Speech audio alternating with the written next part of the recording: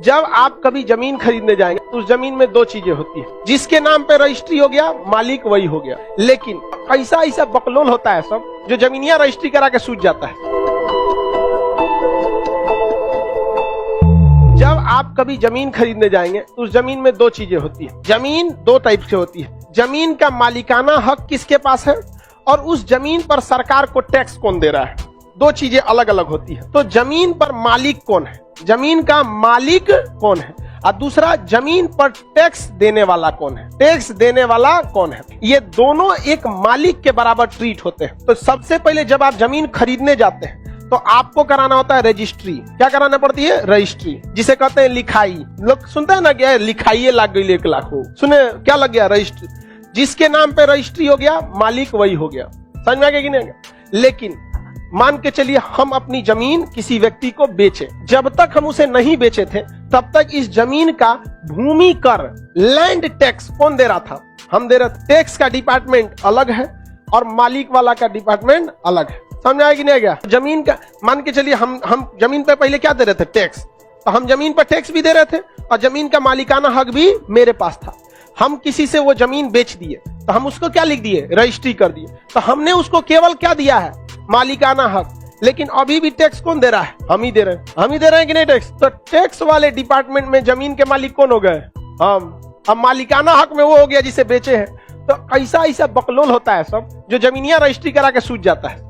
नहीं, आपको अब टैक्स डिपार्टमेंट में आना पड़ेगा और रेवेन्यू डिपार्टमेंट यानी टैक्स डिपार्टमेंट में कहना पड़ेगा कि हमारे नाम को क्या कीजिए? दाखिल कीजिए, और उसके नाम को क्या कीजिए? खारिज कीजिए। क्या कीजिए? खारिज कीजिए।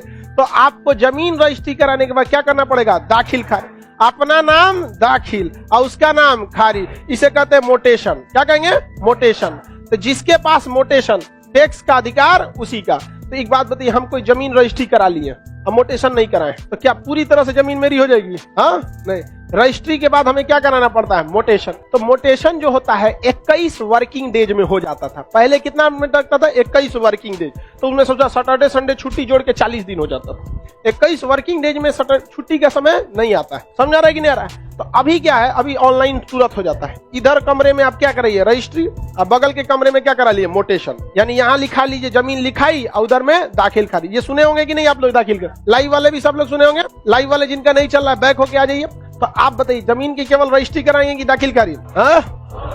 दोनों कराना पड़ता है, तभी आप पूरी तरह से उसके क्या बन पाते हैं? मालिक बन पाते हैं। अब एक बार क्या हुआ समझिए ध्यान से। एक आदमी जमीन खरीदा और वो जमीन का दलाली करता था, खरीद के बेचता था। तो जमीन खरीद लिया वो 10 लाख में। कितना में? 10 लाख में। सोचा कि इसे हम 5 साल बाद बेचेंगे तो 15 लाख में तो अमूमन बेच देंगे। तो जमीन खरीदा कितना में? 10 लाख में। 5 साल बाद बेचने गया तो 15 लाख रुपया उसका मिल रहा था। लेकिन इस 5 साल के दौरान उसने क्या नहीं कराया था? दाखिल खारिज। और जिस व्यक्ति ने जमीन बेच दिया था क्या वो टैक्स देगा? अब नहीं। तो इसका जमीन का टैक्स कितने सालों से बाकी था? 5 सालों से। कितने सालों से? 5 सालों से। समझ में आ गया नहीं आ गया? अब वो जमीन बेचने गया 15 लाख रुपया में, तो सब लोग रेडी थे लेकिन कोई जमीन ही नहीं खरीद रहा था। सब भाग जा रहे थे। क्यों?